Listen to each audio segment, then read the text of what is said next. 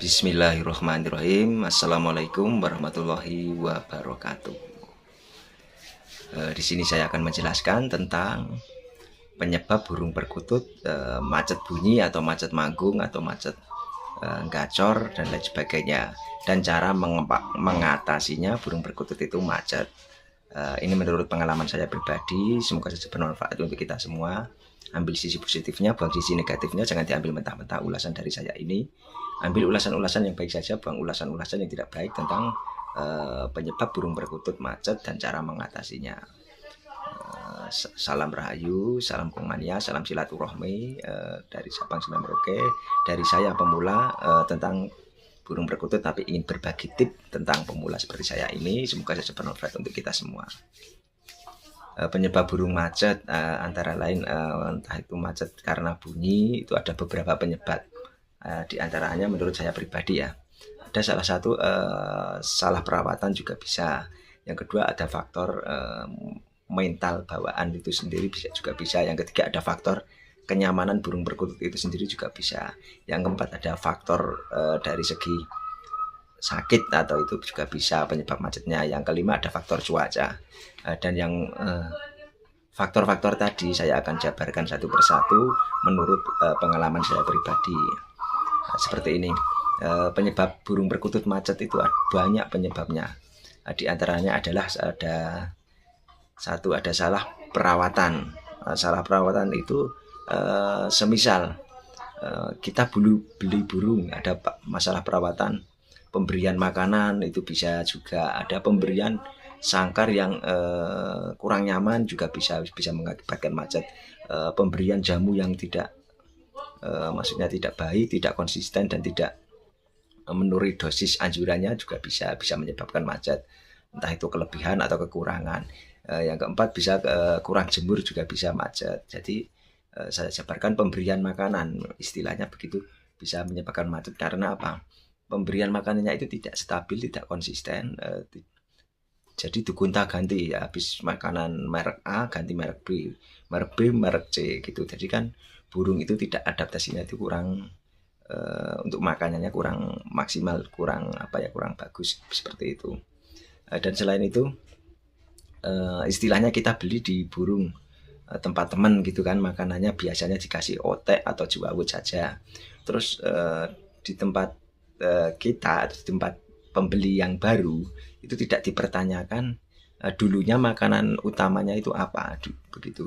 Tidak dipertanyakan burung makanan utamanya apa yang dulu, misal otek, juawut, entah itu millet, entah itu gabah, ketan hitam, biji sawi dan lain sebagainya. Itu makanan utama, bahan pokoknya yang dari dulu itu makanan utamanya itu apa, seperti itu. Kalau beli kita harus mempertanyakan makanannya kesehariannya apa, seperti itu. Kalau untuk lapangan, untuk makanan untuk lapangan, terus perlu kita tanyakan lagi makanan untuk harian itu merek apa, dan merek makanan untuk menjelang lomba itu merek apa, seperti itu harus dipertanyakan. Jadi kalau nggak dipertanyakan burung bisa menjadi fatal atau bisa menjadi macet. Dan yang berikutnya ada pemberian sangkar. Pemberian sangkar itu juga faktor yang penting untuk diperhatikan. Kadang kan di burung perkutut yang mentalnya biasa saja atau sedengan, dari sangkar satu dipindah ke sangkar satunya lagi, kadang kan melalui proses adaptasi yang lama kalau burung mentalnya maksudnya biasa saja. Tapi untuk mental yang bandel itu nggak pengaruh untuk memindah sangkar A ke sangkar B, itu nggak pengaruh. Jadi kita harus diulik seperti itu. Kadang dia juga dipindah kandang-kandang, pindah sangkar-sangkar seperti itu, dan ditanyakan lagi sangkar untuk pembeli baru sama ke pemilik lama, dulu pakai sangkar apa pertama kali dia mau manggung, dia mau gayer, dia mau mengeluarkan anggungan emasnya itu dari anggungan keseharian, itu pakai sangkar apa yang nyaman, seperti itu. Dan dipertanyakan lagi tangkringannya itu pakai kayu apa, dan ukuran tangkringan seberapa besar, seperti itu perlu kita tanyakan lagi. Karena kalau nggak ditanyakan, nanti kalau perawatan kita asal-asalan, nanti burung bisa mengakibatkan macet. Dan fatalnya kalau macet sebentar nggak apa-apa, kalau macet berkepanjangan itu yang sulit untuk memperbaikinya. Dan yang lain itu ada pemberian air minum. Pemberian air minum kita harus cermati juga.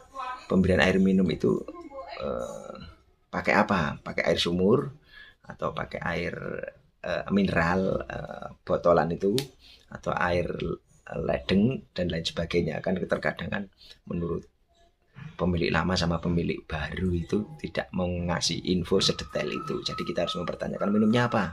Minumnya air sumur atau air mineral dari merek-merek yang terjual di toko-toko atau apa, itu kita harus pertanyakan. Itu penyebab perkutut macet seperti itu. Kalau untuk pengembaliannya, untuk faktor makanan harus dikembalikan dulu faktor makanannya ke semula, ke awalnya dulu. Ke pemilik lama itu makanannya apa, istilahnya otek ya otek saja, istilahnya millet ya millet saja, dan lain sebagainya. Dan untuk pemberian sangkar itu dikembalikan ke sangkar yang dahulu, modelnya entah tangkringannya itu dikembalikan dulu untuk mengembalikan burung itu agar tidak macet. Dan untuk pemberian jamu entah itu tradisional maupun yang herbal maupun yang botolan, yang merek-merek pabrik, itu harus dikembalikan setelan lama. Dan pemberian air minum itu juga dikembalikan setelan lama. Itu tadi yang penjelasan yang bagian salah perawatan. Dan ini yang kedua ada faktor mental. Untuk faktor mental kita harus cermati. Ada faktor mental itu ada satu, ada pindah-pindah tempat juga bisa mempengaruhi faktor mental. Kedua, pernah terdengar suara-suara yang membuat burung perkutut itu kaget, seperti petasan, entah itu klakson mobil, entah itu apa, itu bisa mengakibatkan burung stres dan akibatnya macet.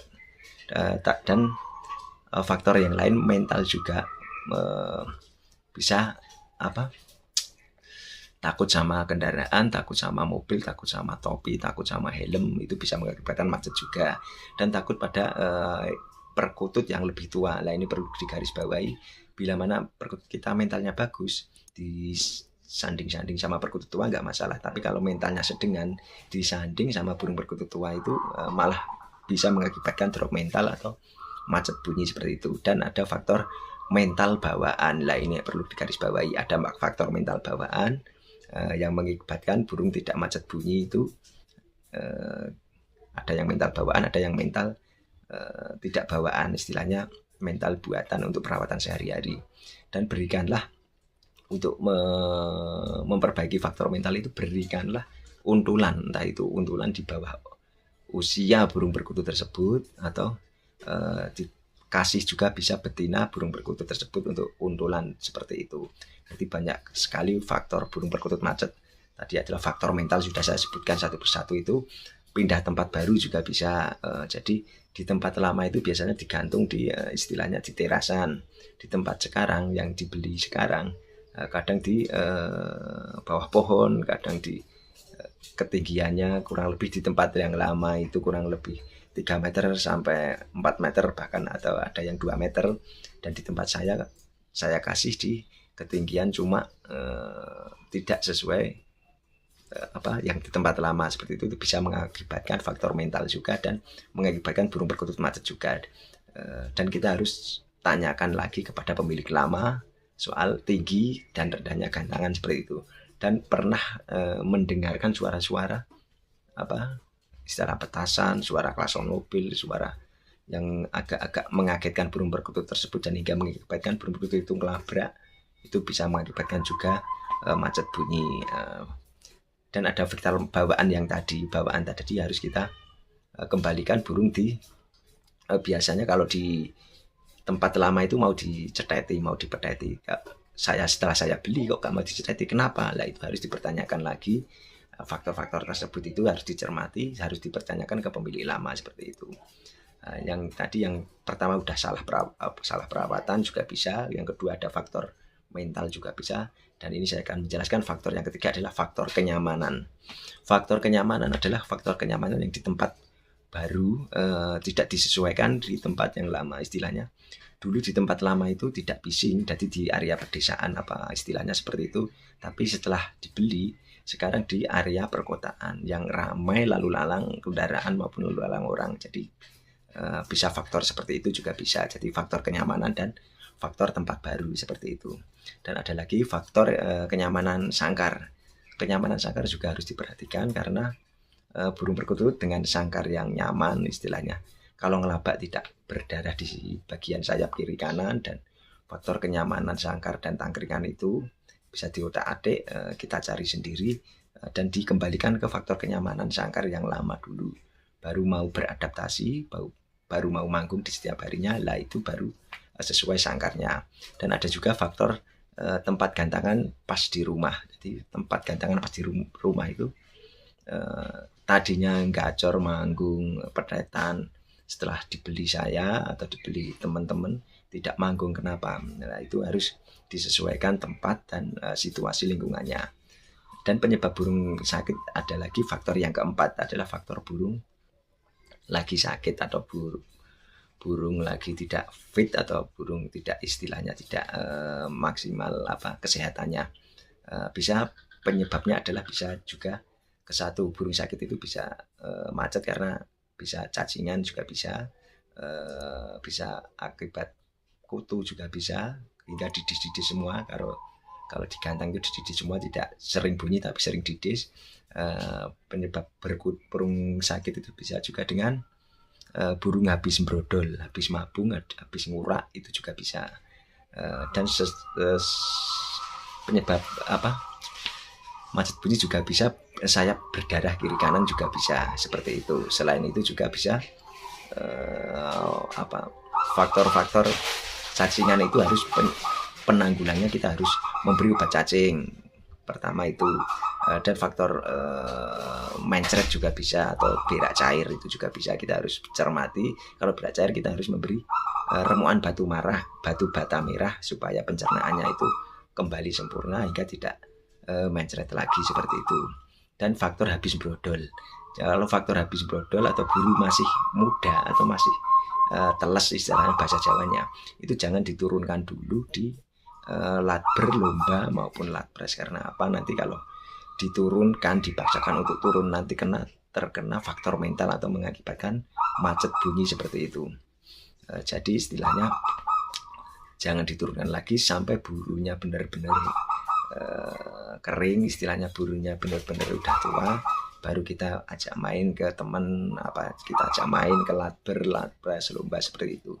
Tetapi terkadang kitanya sendiri kan penasaran dan istilahnya gatal tangan nih kalau nggak gantang ke teman-teman atau gantang ke silaturahmi ke latpres seperti itu. Tapi itu malah mengakibatkan merusak burung, karena burung ragin brodol dipaksakan untuk lomba, untuk kontes seperti itu bisa mengakibatkan faktor macet seperti itu. Jadi solusinya pulihkanlah burung perkutut itu terlebih dahulu, setelah rapi bulu, setelah fit manggung setiap hari, baru kita lombakan seperti itu.